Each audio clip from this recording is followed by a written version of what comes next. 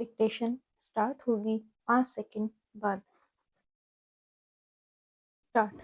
प्रधानमंत्री ने कोलकाता के श्यामा प्रसाद मुखर्जी बंदरगाह पर जिन 3 नौसैनिक जहाजों आईएनएस दूनागिरी, आईएनएस संशोधक और आईएनएस अग्रय का शुभारंभ किया, उनकी विशेषता यह है कि वे स्वदेशी रूप से डिजाइन और निर्मित हैं।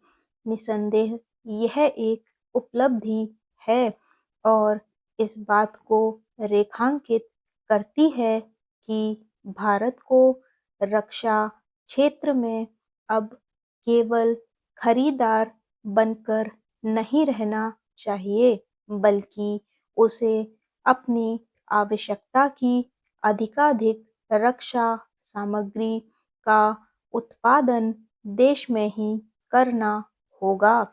यह इसलिए आवश्यक है कि वर्तमान में किसी भी देश की सैन्य शक्ति का आकलन केवल इससे नहीं किया जाता कि उसके पास कैसे और कितने हथियार हैं, बल्कि इससे अधिक किया जाता है कि वह अपने स्तर पर रक्षा सामग्री का कितना अधिक निर्माण करता है।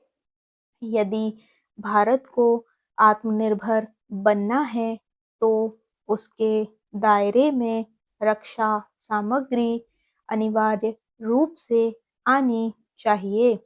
यह ठीक नहीं कि भारत अभी भी रक्षा सामग्री के एक प्रमुख आयातक देश के रूप में जाना जाता है।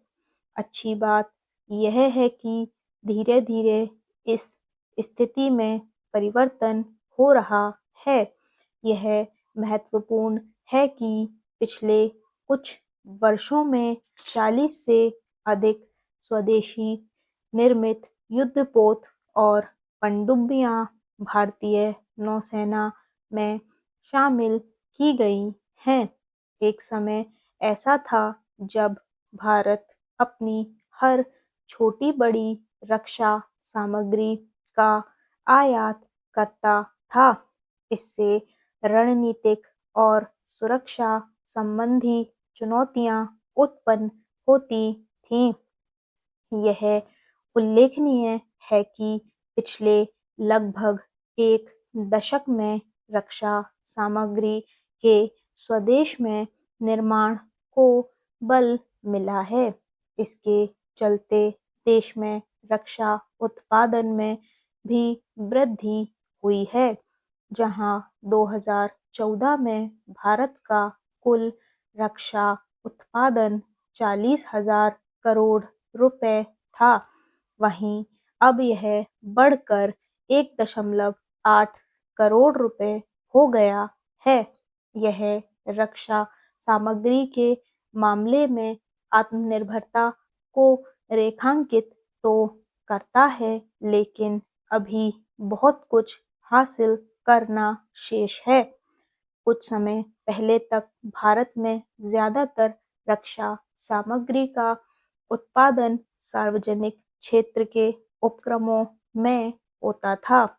इसके चलते रक्षा सामग्री के उत्पादन की गति धीमी है और उन्नत रक्षा सामग्री का निर्माण भी नहीं हो पाता था। यह अच्छा हुआ कि रक्षा सामग्री के निर्माण में निजी क्षेत्र का भी योगदान लेना शुरू किया गया।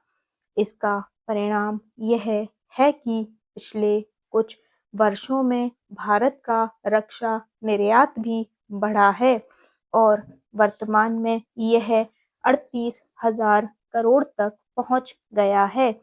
अब भारतीय रक्षा उत्पादक विश्व के करीब 80 देशों में निर्यात किए जाते हैं।